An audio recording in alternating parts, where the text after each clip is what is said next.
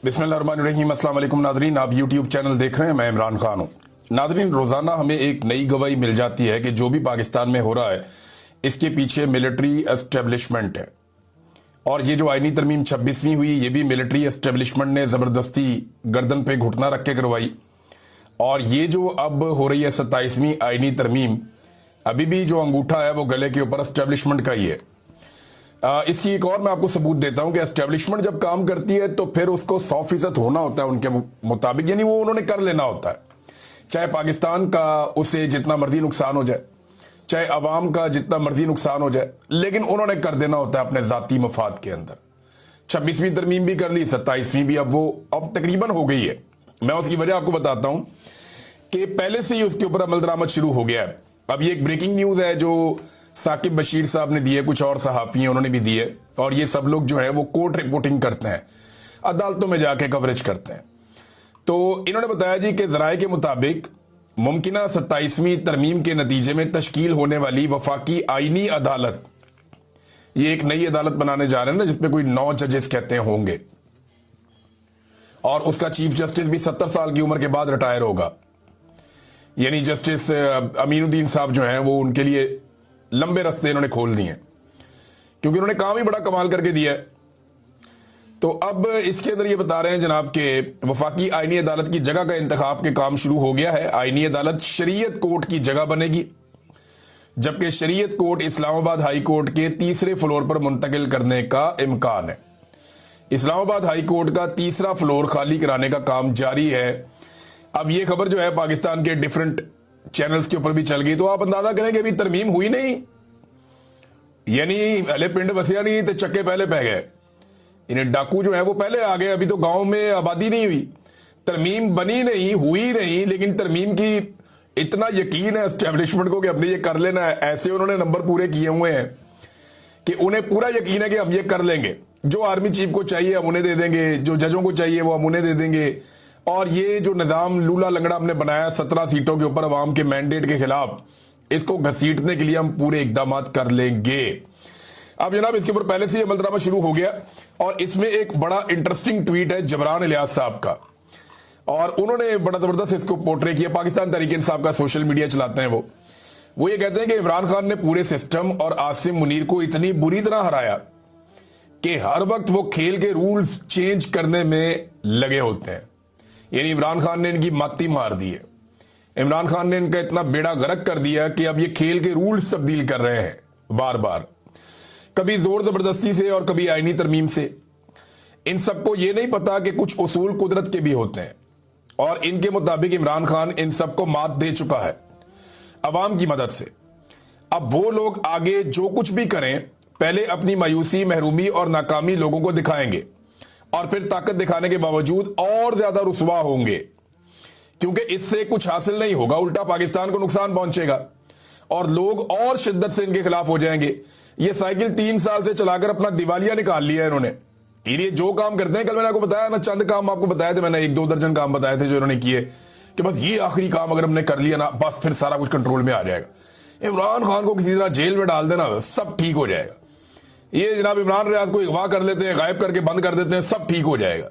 ये जनाब अरशद शरीफ को कत्ल कर देते हैं, अरशद शरीफ पाकिस्तान से निकल गया, उसकी जिंदगी जीरन कर दी, वो कत्ल हो गया, अब सब ठीक हो जाएगा। पाकिस्तान का मीडिया कंट्रोल कर देते हैं, पीका ऑर्डिनेंस लाके ना इनका गला दबा देते हैं। जनाब हम ये काम करते हैं, ये चोरों डाकुओं को इकट्ठा करके सबको बिठा देते हैं, इक्तदार दे देते हैं, हम ये कर देते हैं, वो कर देते, सारे गलत डोनाल्ड ट्रंप के जाके पांव पकड़ देते हैं, उसकी तारीफों में जमीन आसमान के कलाबे मिला देते हैं, बूट पॉलिश करते हैं कमाल किस्म की जबान से। ये सारा कुछ करने के बाद भी इनको पता चलता है कि अब इन्हें कुछ और करना पड़ेगा। वो एक दरिया क्रॉस करते हैं तो अगला दरिया सामने आ जाता है, और वो पहले से ज्यादा कठिन होता है। कर लो 27वीं आईनी तरमीम पास, लग पता जाएगा आपको इसके बाद जो चैलेंजेस आपके सामने आएंगे, आपको अंदाजा भी नहीं है, क्योंकि बदनीयती के अंदर से कभी भी बेहतरी नहीं निकल सकती। ये बदनीयत है, अपनी अपनी नौकरी, अपनी अपनी हुकूमत और अपने अपनी कुर्सी के चक्कर में, और इनको हमेशा ये याद रखना पड़ेगा जो अभी जबरान साहब ने कहा कि कुदरत का भी एक कानून होता है और उसका भी एक इंसाफ होता है, और वो इनको नजर आता है वक्त के साथ साथ। तो ये वक्त इस्लाह का है, उन्होंने ये भी कहा, लेकिन ये इस्लाह की किसको पड़ी है? अभी तो सारे के सारे लोग जो पाकिस्तान में हैं, इक्तदार में खास तौर पे, उन्हें तो कुछ दिखाई ही नहीं दे रहा। आर्मी चीफ की एक्सटेंशन पे सोशल मीडिया में सख्त रद्देमल आ रहा है, ये बड़ा सख्त रद्देमल है। यानी इससे पहले हमने पाकिस्तानियों को कभी ऐसे नहीं देखा था किसी भी एक्सटेंशन में। जनरल बाजवा की एक्सटेंशन भी पाकिस्तानी नहीं चाहते थे, लेकिन आसिम मुनीर की एक्सटेंशन तो पाकिस्तानी बिल्कुल ही नहीं चाहते। पहले दिन से ही यहां पे ट्रेंड चल रहा है सोशल मीडिया पे कि एक्सटेंशन नामंजूर। फिर इमरान खान साहब ने ज़हनी मरीज करार दे दिया। अब ज़हनी मरीज कहने के बाद इमरान खान साहब ने एक नेक्स्ट लेवल पे इस लड़ाई को पहुंचा दिया, और उसके बाद जो बातें आकर बताई सुहेल अफरीदी ने, और अभी सुहेल अफरीदी ने जो बातें बताई है ना, ये कुछ भी नहीं है। मैं आपको सच बता रहा हूं, ये मस्जिद में कुत्ते बांधने वाली बात कुछ भी नहीं है। जो ऑपरेशन ज़दा इलाकों में वहां के लोगों के साथ हुआ है और जो वाकयात हैं, वो अगर वहां के लोग सुना दें ना, तो पाकिस्तानियों के पंजाब में बैठे हुए और सिंध में बैठे हुए कानों से धुएं निकल आएंगे। हत्ता के पेशावर के लोग नहीं जानते कि ऑपरेशन ज़दा इलाकों में क्या कुछ हुआ और किस तरीके से हुआ। ये बातें अब सुहेल अफरीदी ने बताना सिर्फ शुरू की हैं, और ये नुक्ता आगाज है।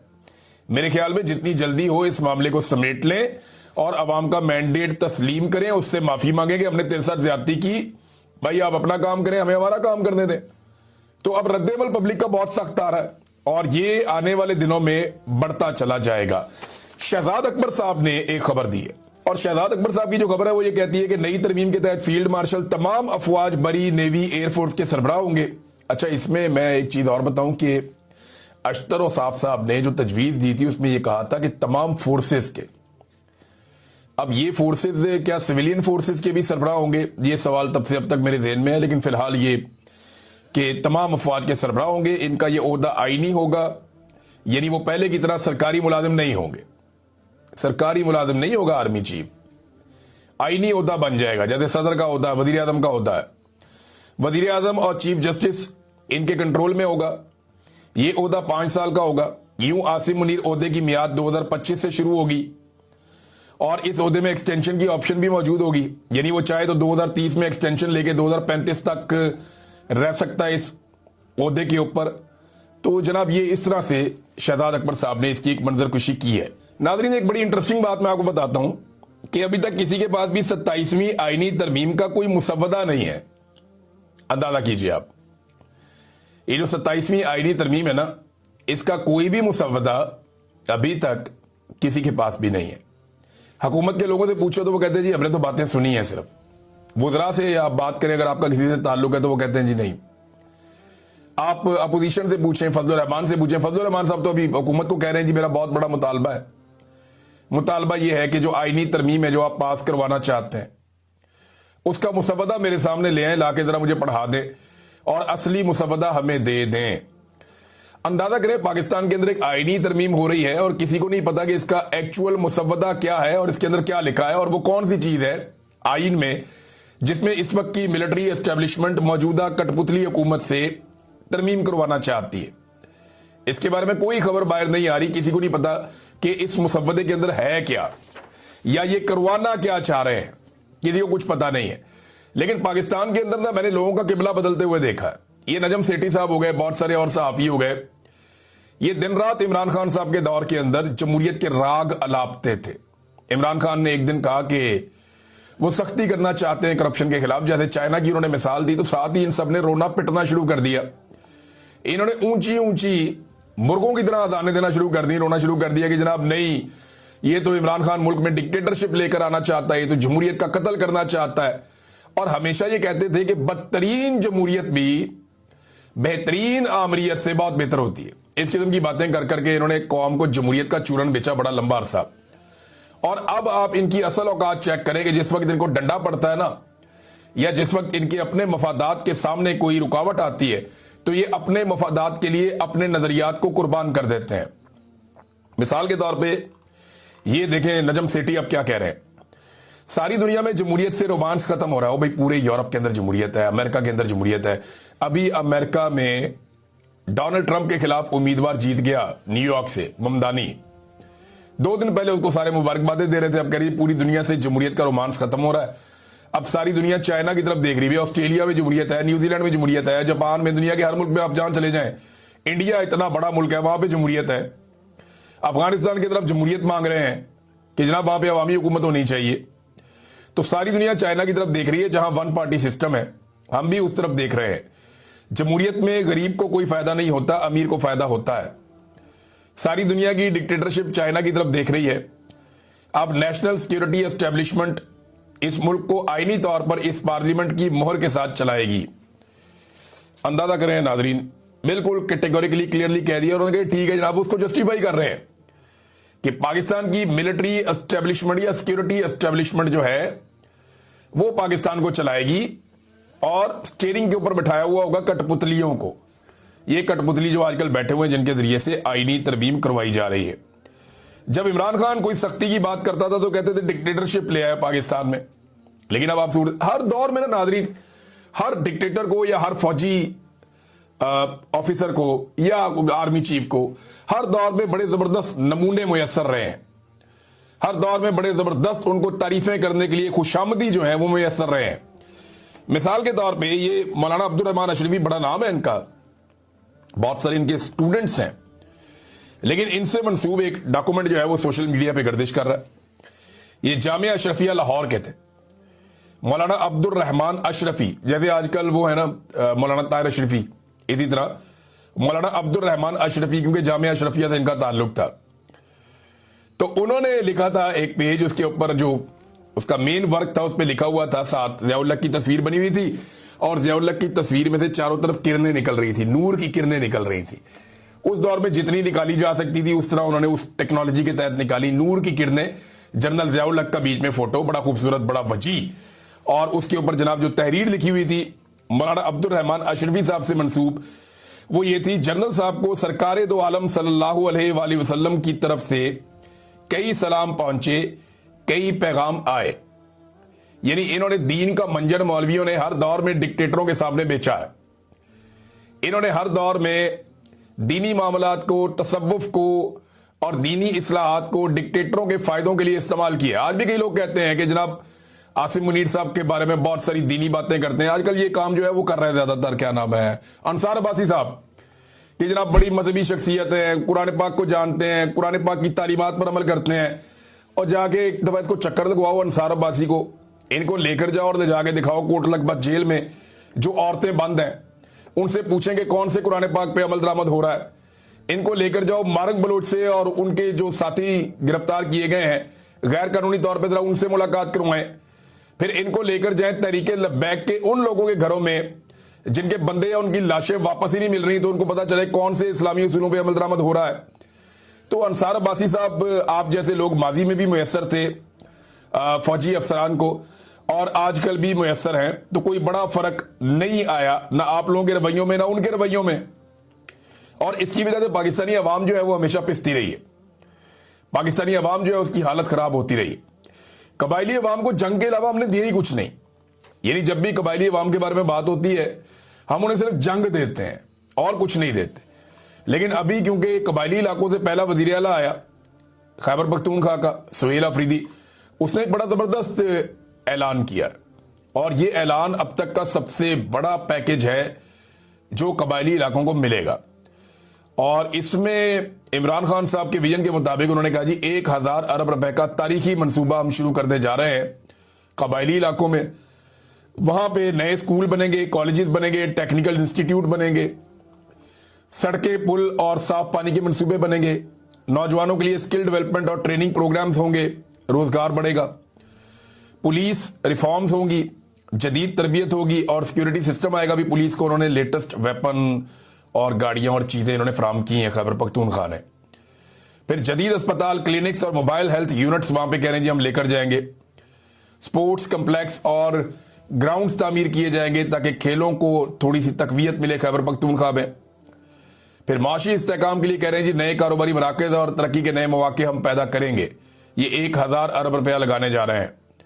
फिर तवानाई भी बताते हैं जी, transmission line, feeders, solar system और सोलर ग्रिड, ये सारी चीजें वो ये कहते हैं जी हम लेकर जा रहे हैं कबायली इलाकों में ताकि कबायली अवाम की जो महरूमियां वो दूर हो जाए। अब उनको जंग ही देनी है सिर्फ कि उनकी मादनियात उठानी है, तो वहां पे जंग जारी रहे जैसे सूडान में है।